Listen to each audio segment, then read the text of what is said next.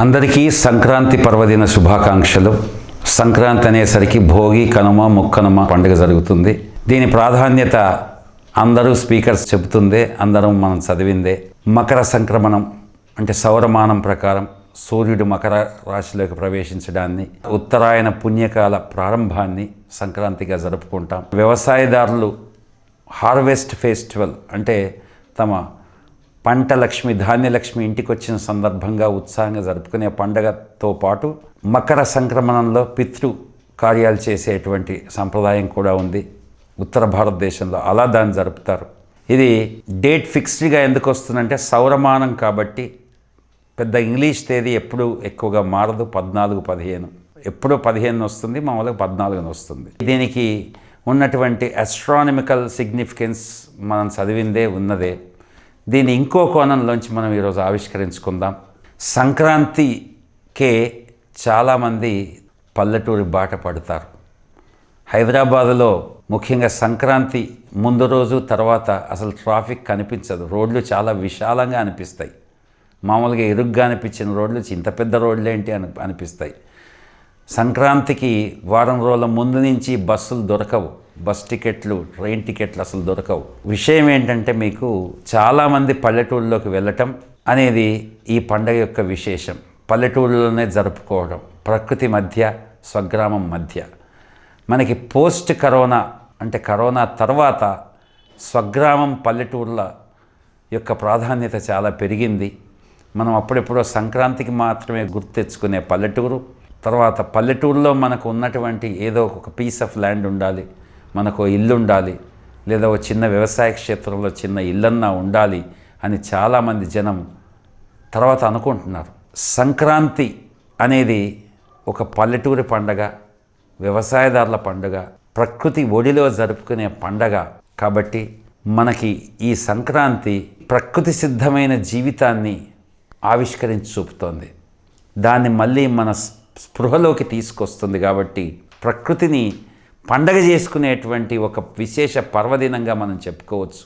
ఇక్కడ మనకు geographical significance అంటే, ఆస్ట్రానమికల్ సిగ్నిఫికెన్స్ అంటే ఉత్తరాయణ ప్రారంభకాలము, మకర సంక్రమణము, ఇవన్నీ కేవలం విద్యావంతులు మాత్రమే మాట్లాడుకునే విషయాలైతే పల్లెటూరుకి వెళ్ళేసరికి మనం అక్కడ దొరికినటువంటి ఆహారాన్ని ఆ రోజు ప్రత్యేకంగా వండుకోవటం, భోగి మంటలు కాల్చుకోవడం, కుటుంబ సభ్యులతో దగ్గరగా ఉండటం, హ్యూమన్ టచ్.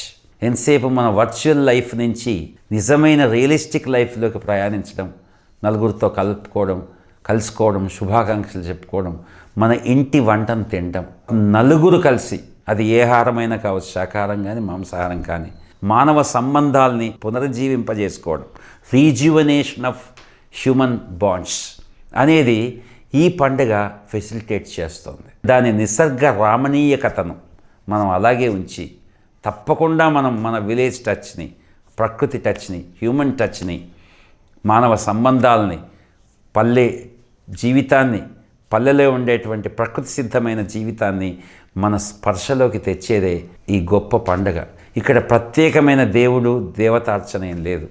మనం కేవలం ప్రకృతితో ఉండి ప్రకృతితో మమేకమై జరుపుకునేటువంటి ఈ పండగ. ఇది అన్ని కులాలు, అన్ని ప్రాంతాల వాళ్ళు జరుపుకుంటారు. ఎప్పుడు మనం కార్యవిగ్రహతో పని భారంతో ఉంటాం, ఎప్పుడు ఏదో ఆలోచిస్తూ ఉంటాం, ఎప్పుడు మనం ఫ్యూచర్లోకి మన ఆలోచనలు వెళ్ళిపోతూ ఉంటాయి. భవిష్యత్తులో ఏం చేయాలి, రేపు ఏం చేయాలి, ఎల్లుండి ఏం చేయాలి, ఇది చేశాను, ఇది అసంపూర్ణంగా ఉంది, దాన్ని పూర్తిగా చేయాలి, నేను ఈ తప్పు చేశాను, దాన్ని అలా కరెక్ట్ చేసుకోవాలి, రెక్టిఫై చేసుకోవాలి. ఇలా అటు పాస్ట్కి ఇటు ప్రజెంట్కి డివైడ్ అయినటువంటి మనస్సు ప్రజెంట్లోకి తీసుకొని వచ్చినప్పుడు పండగ జరుగుతుంది. పండగ రోజు ఏం చేస్తాం మనం? అరే ఇది పెద్ద పండగ, ఈరోజు ఉన్నంతలో బట్టలు వేసుకుందాం, ఉన్నంతలో పిండి వంటలు చేసుకుందాం, మనతో కలిసి జీవిస్తాం. ఏదన్నా కన్సర్న్స్, వర్రీస్ ఉంటే ఇవాళ పండగ అది మాట్లాడకూడదు. గొడవలు ఉన్నాయి, పంచాయతీలు ఉన్నాయి, ఇవాళ పండగ వద్దు, రేపు మాట్లాడదాం. ఇవాళ వాస్తవ జీవితాన్ని జీవిద్దాం. ఈ రోజున మనం సెలబ్రేట్ చేసుకుందాం. సెలబ్రేషన్ ఆఫ్ ప్రజెంట్ మూమెంట్, అది నిజంగా మనం జీవితాన్ని సెలబ్రేట్ చేసుకునేటువంటి దృక్పథం. ప్రతి పండగ మనకు అది ఇస్తుంది. ముఖ్యంగా సంక్రాంతి ఎలాంటి హెవీ రిలీజియస్ పూజలు లేకుండా కేవలం మనం మన కుటుంబంతో హాయిగా సంపూర్ణంగా గడిపోయినటువంటి అంటే అవకాశాన్ని ఇస్తుంది. మనం ఆ కోణంలో చేద్దాం. తప్పకుండా ఇంటి వంటనే అందరూ కలిసి ఆ పని శ్రమ ఫలితాన్ని పంచుకున్నప్పుడే పండగ. అంటే ఏదైనా పదార్థం చేస్తే అందరూ చిన్నపిల్లలు కూడా మదర్స్కి హెల్ప్ చేయాలి, మగపిల్లలు హెల్ప్ చేయాలి, తల్లిదండ్రులు ఎలాగూ చేస్తారు. మనం ఏదో స్మార్ట్ ఫోన్తో శుభాకాంక్షలు పంపిస్తూ ఎంగేజ్ అవ్వడం పండగ కాదు. It's not a virtual festival, it's a realistic festival. కాబట్టి అందరూ మీ ఇంట్లో ఈ టాక్ వింటున్న చిన్నపిల్లలు తప్పకుండా ఏదో పని చేయండి ఇంట్లో. ఒక శుభ్రత వర్క్, ఒక మదర్కి హెల్ప్ చేయడము, అంటే అందరు టీం వర్క్. ఆ కలిసి మనం మన కుటుంబం కోసం పనిచేయటం అనేది పాతకాలంలో విపరీతంగా ఉండేది. ఆ కాన్షియస్నెస్, ఆ స్ప్రో ఉండేది. ఇప్పుడు అది లోపిస్తుంది. కాబట్టి ఈ పండగ రోజు ప్రతి వాళ్ళు తప్పకుండా మనం చేసినటువంటి పిండి వంటలు మనం ఇంటివే చేసుకోవాలి, ఇంట్లోనే చేసుకోవాలి. మీ సంప్రదాయాలకు అనుగుణంగా దానికి అందరూ కలిపి హెల్ప్ చేసుకోవాలి.